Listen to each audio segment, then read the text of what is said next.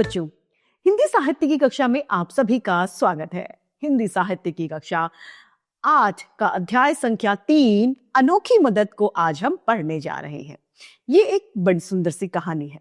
हिंदी साहित्य हमें सिर्फ भाषा यानी बोलना ही नहीं सिखाता, अपितु जीवन जीने की कला, महत्व और उन सबके मूल्यों से भी हमें अवगत कराता है। तो आइए इस अध्याय को प्रारंभ करते हैं। यह है हमारा अध्याय संख्या 3 अनोखी मदद। ये एक कहानी है। सबसे पहले पाठ परिचय को हम जानेंगे।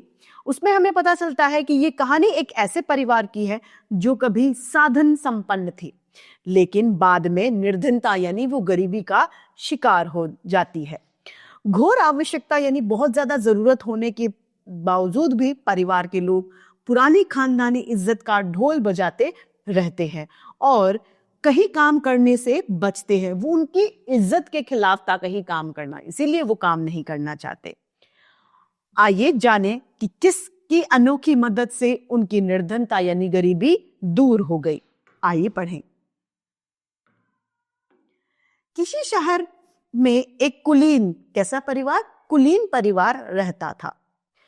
उसमें 4 भाई थे। परिवार की जायदाद व धन दौलत बर्बाद हो चुकी थी, यानी उनका अब जो धन संपदा थी वो नष्ट हो चुकी थी। चारों भाई हुनरचंद व पढ़े लिखे थे। उन सभी में हुनर था, कौशल था और वो सभी पढ़े लिखे थे। फिर भी वे अपनी पुरानी खानदानी इज्जत के कारण कहीं कोई नौकरी चाकरी या काम धंधा नहीं कर पाते थे। क्यों?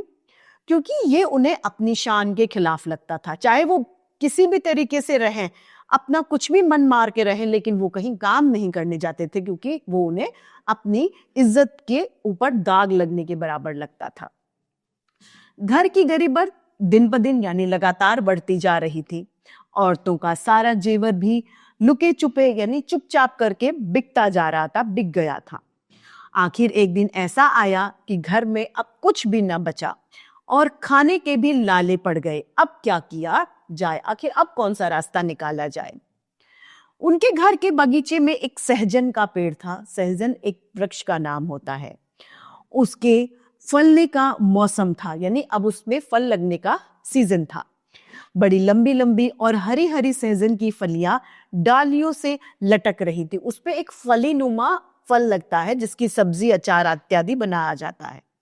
जब शाम हो जाती और चारों तरफ सन्नाटा यानी शांति छा जाती, तो उन चारों भाइयों में से कोई एक उस पेड़ पर चढ़कर और फलियों को तोड़कर नीचे गिरा दिया करता था। यानी पेड़ पर चढ़ता और नीचे गिरा देता फलियों को। कुछ रात बीते एक कुजड़िन यानी सब्जी वाली आती और सहजन की फलियां उनसे खरीद कर ले जाया करती थी, जिससे थोड़े से पैसे उन्हें मिलते और उन्हीं पैसों से परिवार का निर्वाह यानी गुजारा हो जाया करता था। यानी अब सहजन का पेड़ जो था उनकी जीविका का साधन था। दिवाली के बाद एक दिन उनका एक रिश्तेदार उनके घर पर आता है। उसे उन लोगों की बुरी दशा की जानकारी नहीं थी, यानी उसे ये पता नहीं था कि इन लोगों की अभी हालात ये चल रहे हैं। जब भोजन परोसा गया तो बड़े भाई ने बहाना बनाया, आज मेरा सोमवार का व्रत है, मैं खाना नहीं खाऊंगा। दूसरे भाई ने कहा कि मेरे पेट में दर्द हो रहा है, डॉक्टर ने खाने को मना किया है। और तीसरे भाई का कहना था कि उसे अपने दोस्त के यहाँ दावत में जाना है, अतः वह शरीक ना हुआ, यानी उसके साथ में उन्होंने खाना नहीं खाया। सबसे छोटा भाई घर में आए हुए मेहमान के साथ खाना खाने बैठा। 2 थालियां आई। जब दोनों व्यक्ति खाना खा रहे थे तो बूढ़ी माँ मेहमान से खाने का खूब आग्रह कर रही थी, कह रही नहीं आप और लीजिए। लेकिन उसने अपने छोटे लड़के को एक बार भी खाने के लिए नहीं पूछा। वह लड़का भी सदा हुआ था, यानी वो भी बात को समझ रहा था। कोई चीज परोसी जाती, इससे पहले ही हाथ हिलाकर कह देता कि मुझे अब नहीं चाहिए, क्योंकि वो अपनी जो स्थिति थी उससे रूबरू था। इस तरह 2 बार भोजन करने पर मेहमान ताड़ गया कि लोग गरीबी का शिकार हैं, यानी अब लोग, उस मेहमान को पता चल गया कि यहाँ पर गरीबी का माहौल चल रहा है। फकाकशी के मारे घर की हालत खराब है, यानी शानो शौकत दिखावे की वजह से घर की हालत खराब है, खाने पीने की तकलीफ बढ़ गई है, फिर भी ये अपनी झूठी खानदानी इज्जत के कारण तकलीफ में है। किसी तरह उस रात का खाना खाकर वह मेहमान बरामदे यानी कॉरिडोर में सो गया। सो क्या गया, उसने सोने का ढोंग रचा, यानी उसने नाटक किया। किसका? सोने का। करीब 10 बजे रात गए कुजड़िन आई, यानी वो सब्जी वाली आई। बड़े भाई ने बड़ी सावधानी से यानी सतर्कता से बिल्ली की तरह दबे पांव, यानी जिस प्रकार से बिल्ली धीरे धीरे गति में चलती है और पैर के चलने की आवाज नहीं आती, उस तरीके से बड़े भाई ने बड़ी सावधानी से धीरे धीरे पेड़ पर चढ़कर सहजन की काफी सारी फलियां तोड़कर कुजड़िन को दे दी।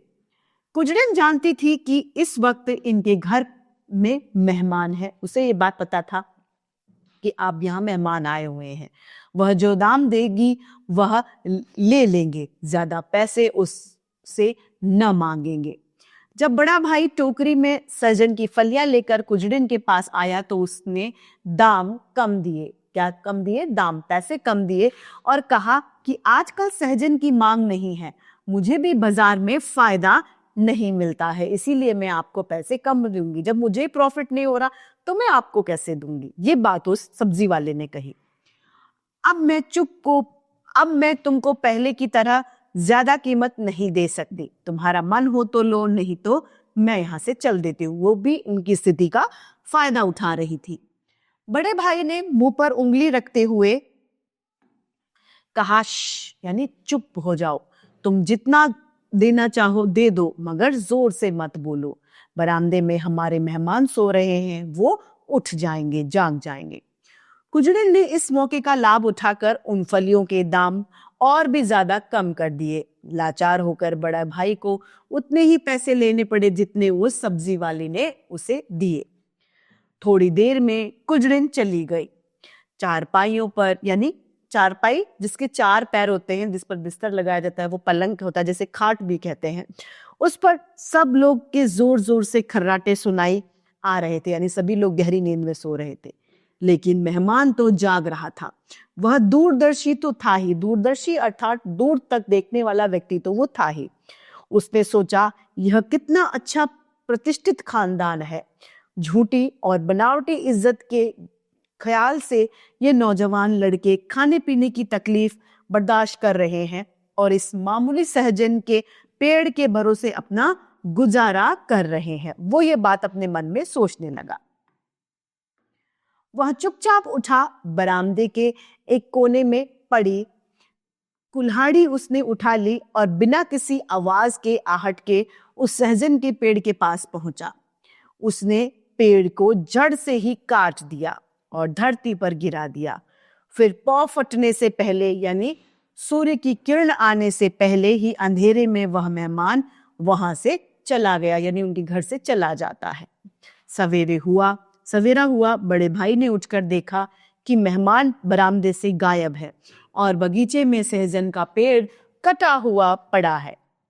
घर को सहारा देने वाले किसी बुजुर्ग के मरने से जो मातम छा जाता है, यानी जो दुख होता है, वैसा ही मातम अब उस परिवार में उस पेड़ के कटने से हो गया था। घर की बुढ़िया कहने लगी, यह दुष्ट मेहमान कहाँ से आया था? यह रिश्तेदार नहीं, पिछले जन्म का हमारा दुश्मन था। उसे ऐसा क्यों लग रहा था? क्योंकि जो एक ही आजीविका का साधन था उसे भी वो काट कर चला गया। अगर इसे हमारी बुरी हालत पर तरस आ रहा था तो चुपचाप हमारे घर 8-10 दिन का मन अनाज भेज देता, जिससे हमारे परिवार का खर्च चलता। हमारे परिवार का एकमात्र सहारा सहजन के पेड़ को भी इसने क्यों काट डाला? आखिर क्या कारण था जो इसने इस पेड़ को काटा? बड़े भाई ने बुढ़िया से कहा, अम्मा, जब तक हमारा बस चला, घर की पुश्तैनी इज्जत हमने बचाई रखी। हम किसी के यहाँ काम करने नहीं गए, न किसी की नौकरी की और न किसी के आगे हमने हाथ फैलाए। मगर यानी अब आगे गुजारा चलना कठिन है, कहीं ना कहीं तो काम हमें अब ढूंढना ही पड़ेगा, यानी अब हमें नौकरी करनी पड़ेगी, तभी हमारे घर का गुजारा हो सकता है। उस बस्ती में चारों भाइयों की अच्छी इज्जत थी। अपने खानदान और अपनी ईमानदारी के लिए वे काफी मशहूर थे। जहां पर वे जाते अपने अच्छे व्यवहार यानी अच्छे बर्ताव के लिए जाने जाते थे। एक बड़े धनी मानी यानी बड़े अच्छे व्यक्ति ने उसे बड़े भाई को अपने यहाँ पर काम पर रख लिया, यानी उसे नौकरी दे दी। अन्य भाइयों ने भी कहीं ना कहीं नौकरी कर ली, यानी सभी की अब नौकरी लग गई थी। 1 साल हो गया, चारों की माली हालात अच्छी हो गई। अब घर में दूध घी की कमी नहीं थी, यानी अब उनकी जो आर्थिक स्थिति थी उसमें दिन पर दिन सुधार आ रहा था। दूसरी दिवाली आई, वही मेहमान फिर से उनके यहाँ पर आया। उसने कबूल कर लिया, यानी उसने अपनी बात मान ली कि आंगन का जो सहजन का वृक्ष था वो उसने ही उनका काटा था, कुल्हाड़ी से गिरा दिया। उस कठोर कर्म के पीछे उसके दिल में नेक नियत थी, यानी वो उनकी भलाई चाहता था। नेक नियत यानी अच्छी नियत उनकी थी, वो उनकी भलाई के लिए उन्होंने ये कर्म किया था। कोई खराब इरादा उनका नहीं था। घर के लोग भी यह अच्छी तरह जानते थे कि उन चारों भाइयों ने बड़े प्यार से अपने मेहमान की खातिरदारी की। वो भाई भी अब ये जान चुके थे कि इन्होंने ये काम किया, इस बदौलत आज हम नौकरी करके अपनी स्थिति को सुधार पाए। यदि वो पेड़ ही नहीं काटते तो आज ये स्थिति अच्छी होती ही नहीं। और उसे अच्छी से विदा किया। उस दिन आपने हमारा सहजन का वृक्ष नहीं काटा, मानो हमारी